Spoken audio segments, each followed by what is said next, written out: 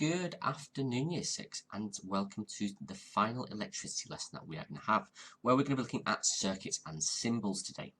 Now then, we are going to be recognizing and drawing scientific circuit symbols, and we're going to understand the difference between a parallel and a series circuit. Now, first of all, this is a basic illustration of a basic circuit. I have got a light bulb, I have got wires, and I have got a cell.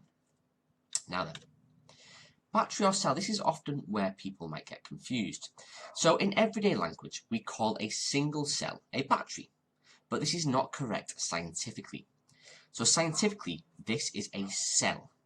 It is a single unit containing two electrodes and an electrolyte. So electrodes are charged electrical conductors inside of a cell, and each cell has one positive and one negative electrode. The positive and negative that you sometimes see on them. An electrolyte is a chemical that reacts with the electrodes to produce the electrical current. So one of these on their own is a cell. A battery is a scientific name for a collection of cells joined together.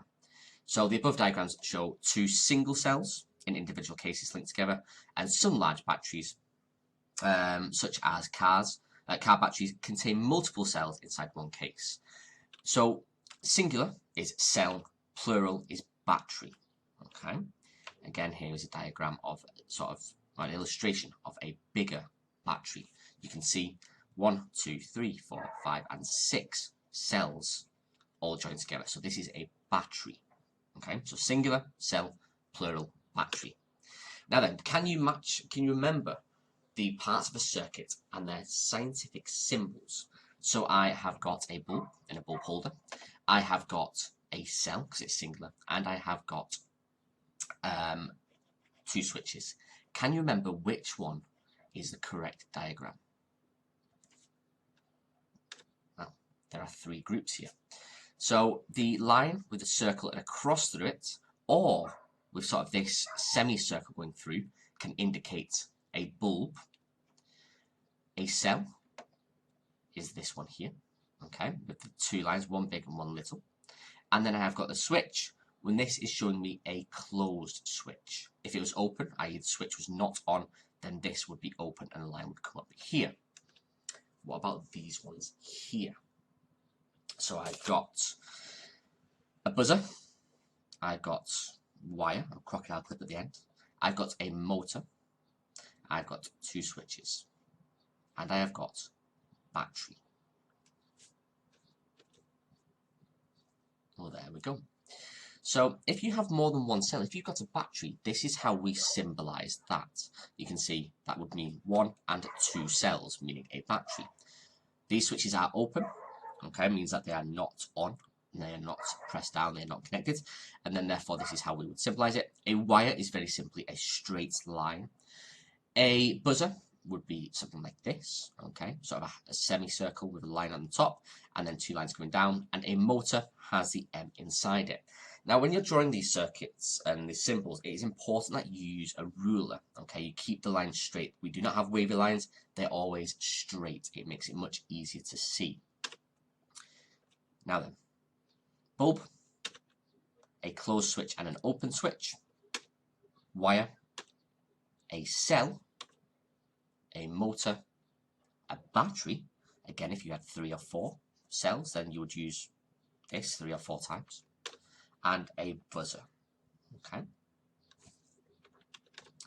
Now, can you remember, maybe from previous science lessons, what a parallel or a series circuit is?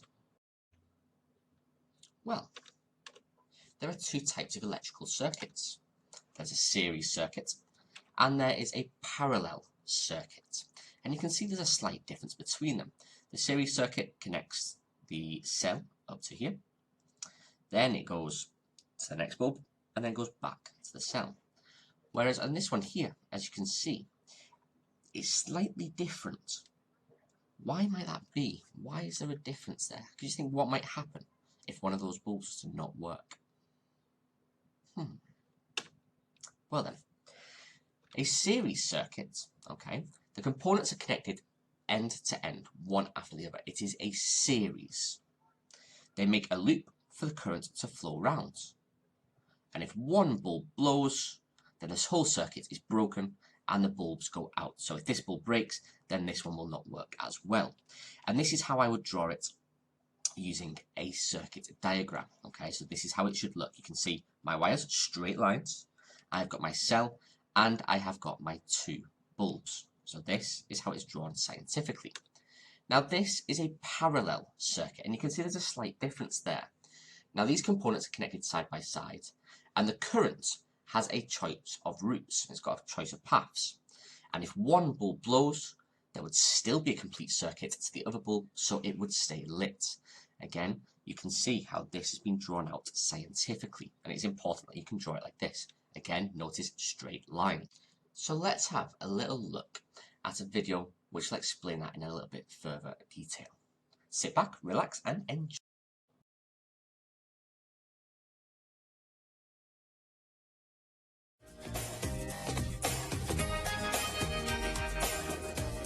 To make a current flow, it needs a push from an energy source.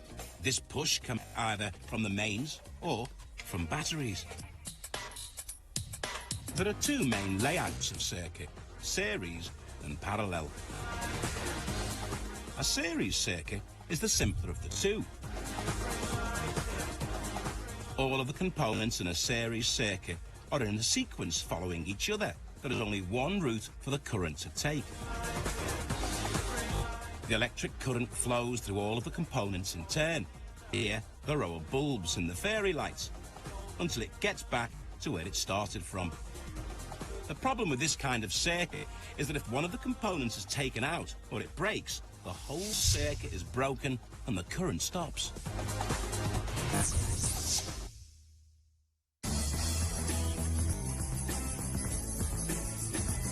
Most of the circuits we use every day are parallel circuits. A parallel circuit provides at least two, but usually more alternative routes for the current to flow.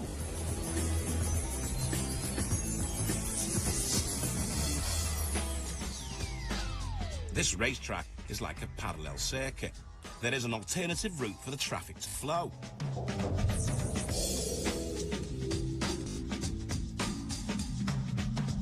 If the cars on the branch of the track were stopped along the branch, the other cars on the main track could still move along.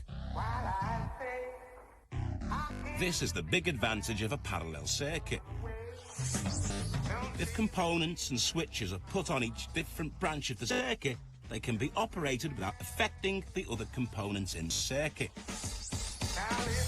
So if one branch of the circuit is broken because of an open switch or a failed bulb, the current can still flow around the rest of the circuit.